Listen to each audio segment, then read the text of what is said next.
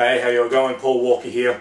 And in today's video, I'm sort of crossing, I guess, two bridges in the fact that I'm sort of shooting my Solomon CEO opportunistic eyes versus a bit of a follow-up video that I shot the other day in regards to the new event being announced for ILN in Phoenix, Arizona. So I kind of was going back through the Solomon CEO training again because I had to sort of go through and write down my list of names and really just go through that training again.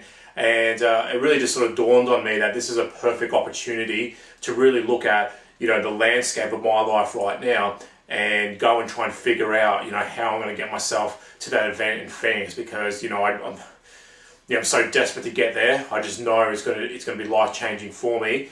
I just need to figure out a way to raise the money to be able to get there. I just don't have the money available to me, right at my fingertips, right at this second, to be able to, pay for my, my air flight and, ticket, the event ticket, accommodation, all that sort of stuff. So this is a combination of both. And really, what I took away from that Solomon CEO training was, I guess that, what Mark was saying is that, really, wherever we are in the world right now, I mean, we all do have the same, landscape, the same opportunity landscape is presented, in front of us all. But I guess it's how we, how we view that, how we internalize that, to see, whether or not we actually do see, opportunity, or do we just sort of see what's right there in front of us. So for me, the diagram that Mark sort of drew on that presentation, I sort of went that little step further just to, I guess, really, ingrain it in my brain the way I have been viewing things before against, how I'm going to start looking at things now with opportunistic eyes. So if you can kind of see from my little diagram here, I've got the sort of plane, the field, and, sort of divided in half there, but I sort of went a little bit three-dimensional. Really to see that, the poor man, he does, like, this is where I used to sit, and, he can look across and, see people, he can see, buildings, he sees trees, he sees fields, but, he doesn't see what's available. He sees those buildings as being a nuisance. He sees those people as being, people who are in his way and blocking him.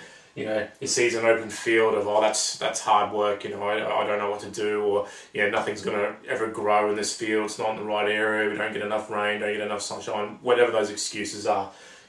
He looks at those trees, again, as just being something like, oh, okay, cool, it, provides me a bit of shade, or, drops leaves and I have to go clean them up. So he doesn't look past, the obvious of what's there.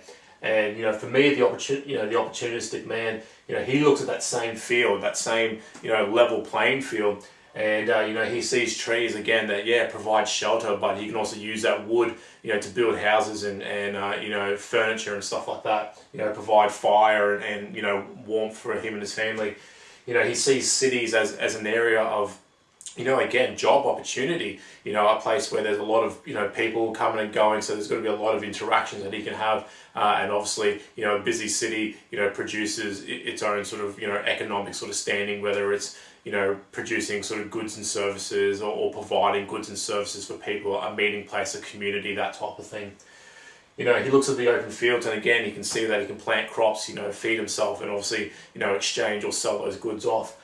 But it's also below that, we all know what's below the earth. We've got minerals and iron and coal and, other materials, oil and stuff as well, gold. So, it's not just what's on the surface. It's about, if we can dig, layers down below that surface, and, we can actually be like an oil well and tap into, a source of wealth and replenishment. So, for me, that was the biggest thing I took away from that training, that opportunistic eyes.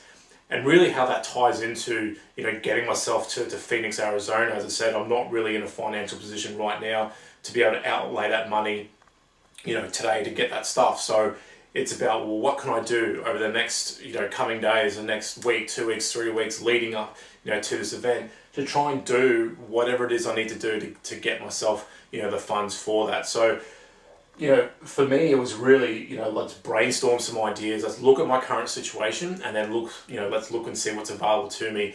And, some of the stuff I came up with was, obviously selling some unwanted stuff. So, having like a garage sale and just cleaning out, clothes and, video games and, CDs and DVDs and you know, just other sort of bit of knick-knack things, you know, old couch that's been sitting in the garage, just things that I just do not need anymore. Clear them out, and that's going to give me a little bit of money to, you know, start putting towards, you know, this event trip. You know, again, providing goods and services, you know, as an online internet, you know, entrepreneur, you know, I've got some skills, you know, whether it's, you know, doing these video skills, or whether it's some social media stuff, or, you know, whatever the case may be, there is someone out there who does not have the same, you know, skill level, the same knowledge as I do. So therefore they would be willing to pay for a bit of that knowledge, or a bit of that skill set. So, you know, why not sort of put myself out there to advertise, you know, that I could help them out in a particular way with a particular, you know, sort of thing. So, you know, what can you do? What sort of, you know, goods and services can you provide? Again, you know, going down that loan or borrowing money from someone, and obviously, you know, being able to go and pay them back, you know, as soon as possible. But, you know, being humble and being that person to sort of go and ask, you know, maybe 5 different friends for a certain amount of money to be able to get what you need to get. You know, different things, you know, tax return here in Australia, you know, we get a tax return, superannuation funding, you know, a whole lot of different other things.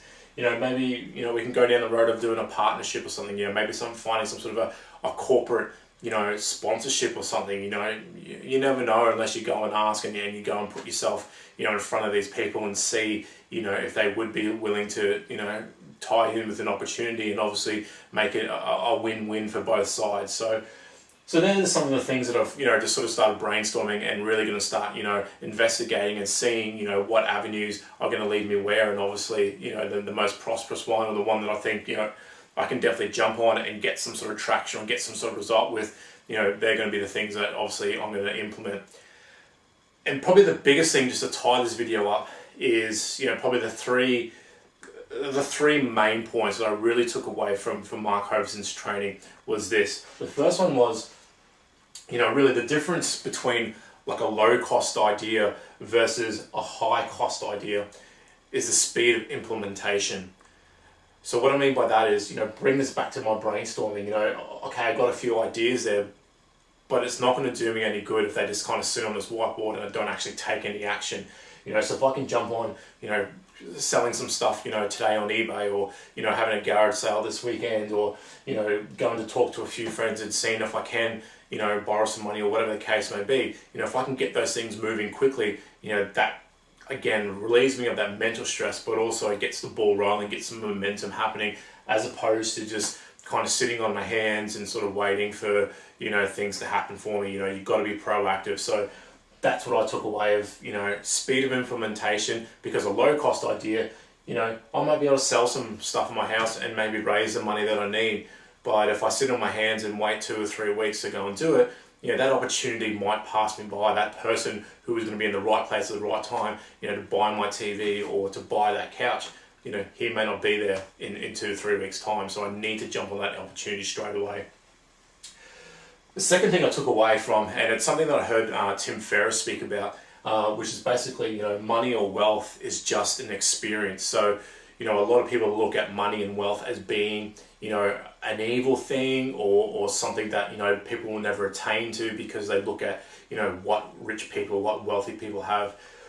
But I really look at that as, you know, as I said, it is an exchange for an experience. So, you know, the more money that you have, you know, you can have a better experience at something than maybe what a person who doesn't have that same amount of money can.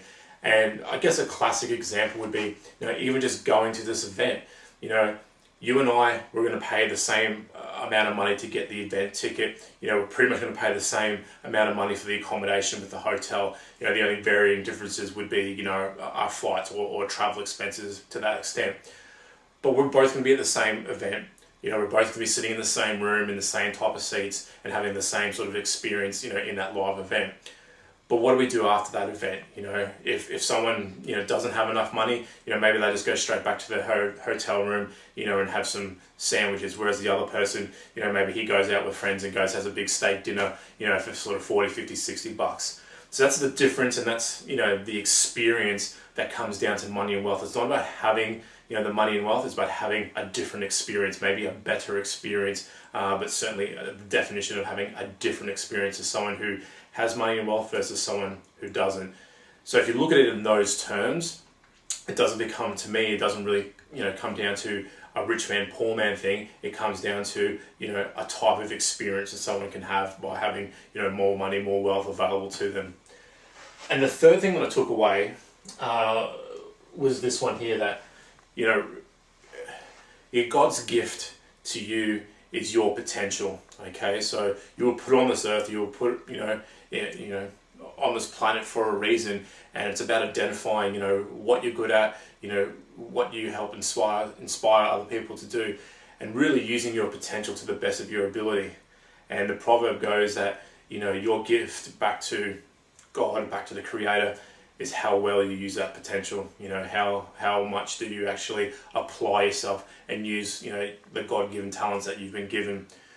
So that's, you know, those were the three big things that I took away from this, and that's really what's going to tie into, as I said, getting myself to Phoenix, Arizona in, you know, just over sort of 40 days, I believe it is. So cool. Well, that's you know, that's my take on the opportunistic guys, and as I said, tying that in with, you know, the announcement of the event coming up. So I hope that you guys could take something away from that, and I hope that gets your brain thinking about, you know, what can you do right now in your current, you know, landscape of your life and where you're at, and look at the opportunity that is there before you, and how can you make that work in your favor, as opposed to, you know, staring through it and not sort of realizing the potential there.